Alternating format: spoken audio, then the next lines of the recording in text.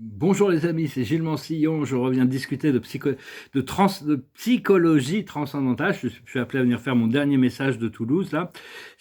En ce moment, les énergies sont vraiment accélérées. Il y a toutes sortes. Des fois, ça peut être assez brutal les transformations qui se passent à la vitesse où ça se passe. Personnellement, je suis un peu secoué, mais enfin, parce qu'il y a énormément de d'informations. Tu processes moment par moment et ça change assez rapidement. Donc, ce qui se passe, c'est que le présent et le futur sont en train de se dissoudre. Le passé et le futur sont en train de se dissoudre dans le présent éternel. Ce qu'on a besoin, c'est d'apprendre les dernières leçons qui nous restent à apprendre pour atteindre la balance et l'harmonie. Il y a vraiment des activités solaires très puissantes actuellement, hein, donc c'est normal qu'on soit un peu fatigué ou qu'on reçoive toutes sortes de nouveaux codes. On les découvre pas tant qu'on n'a pas pu les ouvrir, mais c'est un petit peu comme des cadeaux qui nous arrivent, hein, et il faut vraiment avoir confiance dans le flot cosmique et lâcher prise de tout ce qui veut partir et laisser embrasser toutes les choses qui arrivent, qui sont nouvelles. Il peut y avoir l'inattendu, hein, laisser de la place pour l'inattendu. En réalité, la Terre, c'est un énorme changement cosmique. Il y a un changement d'inclinaison des pôles, de rotation de la Terre. C'est tout un truc. C'est vraiment c'est un événement cosmique un peu sans précédent parce que l'humanité est un point de basculement. Donc c'est vraiment sans précédent. Hein, tout doit être au bon moment. Donc on fait confiance au destin et à Dieu, et à la planète, toutes les forces de l'univers qui gèrent toutes ces choses-là. Et il faut avoir le pouvoir de s'adapter à chaque moment, hein, c'est parce que les énergies bougent assez vite. Et parce que la réalité du monde terrestre, c'est dirigé et gouverné par des conseils supérieurs, hein, qui travaillent toujours pour le tout. C'est comme ça qu'on va fonctionner dans le futur. On va créer une hiérarchie spirituelle, une hiérarchie, et puis à l'intérieur de cette hiérarchie, on va élire des gens qui vont être les plus sages parmi nous. C'est un petit peu le concept de la République de Platon. Mais une fois qu'on a atteint ces dimensions supérieures, on est beaucoup moins pressé, on est beaucoup moins stressé, on est beaucoup moins dans l'attente des choses. On est dans le flot éternel. Et c'est à là que tout l'univers est en train de nous guider pour s'apercevoir qu'il n'y avait pas besoin d'attendre que ce soit des changements, parce que la vérité qu'on recherche se trouve à l'intérieur. Et c'est notre habilité à rentrer dans cette conscience. Bon, des fois, il faut passer par des chemins un peu difficiles pour y arriver, mais ayez confiance que c'est votre point de liberté se trouve de l'autre côté des peurs, de l'autre côté des faiblesses, de l'autre côté de tout ce qu'on doit adresser, des ombres, et des croyances et des jugements et de tout ça. Et donc, à l'intérieur de ce flot, hein, c'est vraiment une évolution collective qui est en train de se passer. De toute manière, on est obligé on subit et on jouit de tout ce que, d'un point inconscient, tout ce qui est partagé par tout le collectif. Toutes vos pensées, toutes vos paroles et toutes vos actions changent la totalité du champ magnétique de la Terre, hein. Bon, on ne le sait peut-être pas encore, mais on a beaucoup plus de pouvoir que ce qu'on le pense. Et ce qu'il faut faire, c'est pas de transgression. Il ne faut pas transgresser les lois cosmiques qu'on peut connaître, hein. Rentrer dans l'état de grâce. Et parce que les âmes ont été créées éternelles, mais elles font des erreurs, elles grandissent, elles évoluent, on apprend à travers ça. On doit intégrer notre âme pour intégrer cette immortalité à l'intérieur de nous et grandir à partir de là. Il y a des âmes qui ascensionnent, il y a des âmes qui descensionnent, et puis il y a des esprits qui sont stables, qui sont éternellement eux-mêmes tels qu'ils ont été créés. Mais comme les archanges sont des êtres qui descendent vers nous, et nous, on est des êtres qui ascensionnent vers les plans angéliques.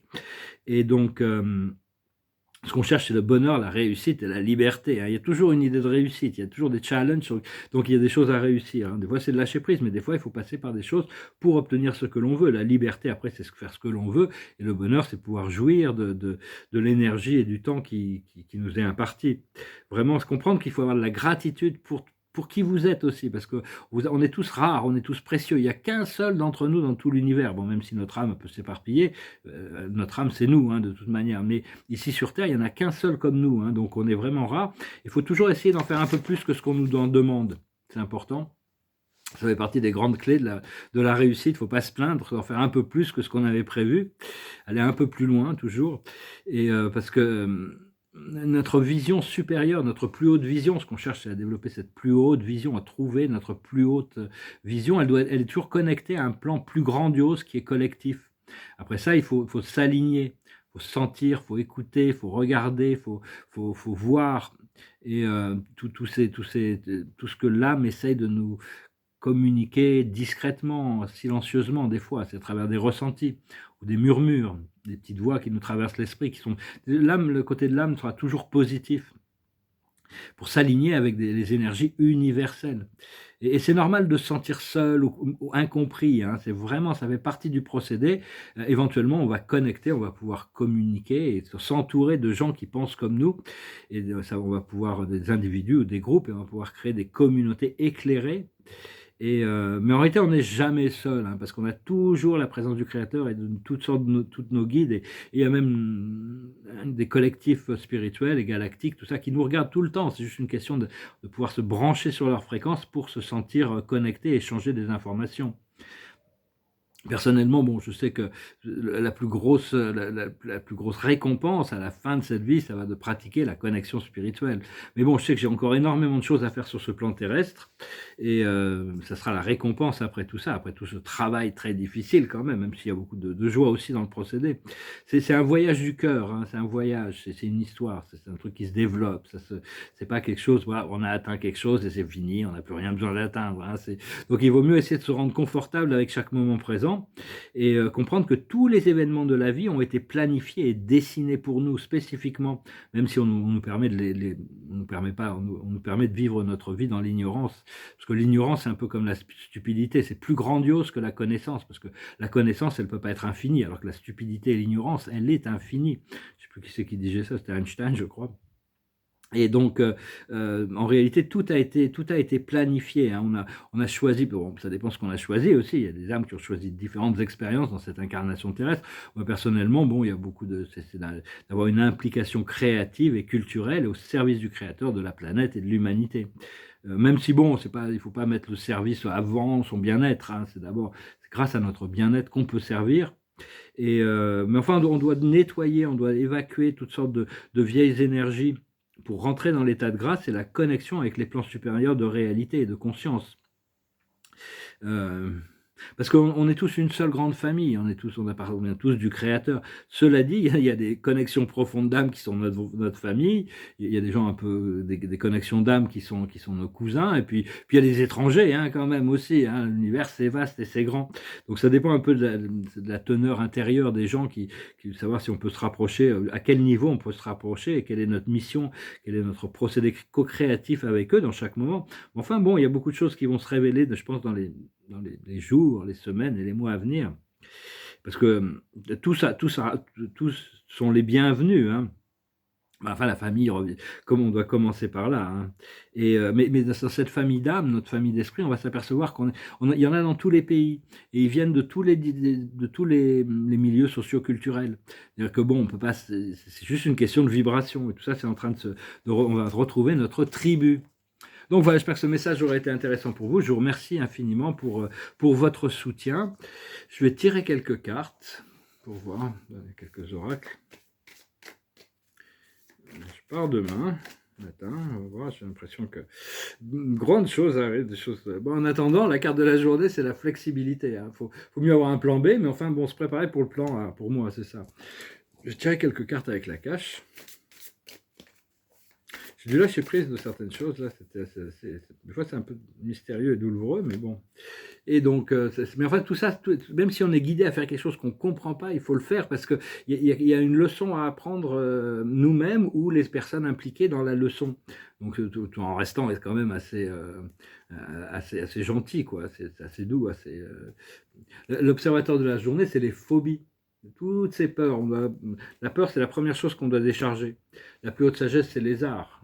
Ça y est, là, pour moi je vais pouvoir me réimpliquer dans les arts. Ce qu'il faut comprendre c'est l'Asie, la sérénité, la lucidité du Bouddha ici. Ce qu'il faut faire c'est dépasser les inquisitions et les persécutions. Il faut se rendre souverain. Et l'aboutissant ça va être la vie amoureuse. Il va y avoir beaucoup d'opportunités pour pouvoir célébrer la vie et partager ça. Et par rapport aux inquisitions ce qu'il faut c'est résoudre le yin et le yang à l'intérieur de nous. Tant que ces parties sont séparées et s'opposent, ça va être difficile de trouver l'harmonie.